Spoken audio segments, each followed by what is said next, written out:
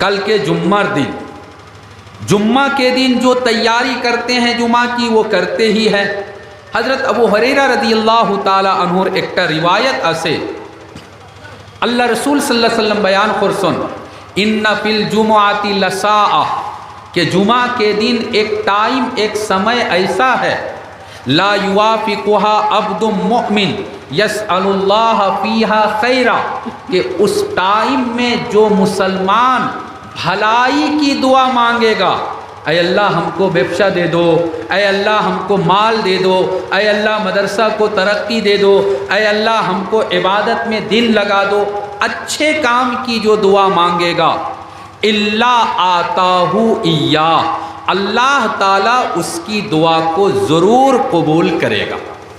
سبحان اللہ۔ جمعہ کے دن ایک سمے ایسا ہے کہ جو مسلمان بھلائی کے لائن سے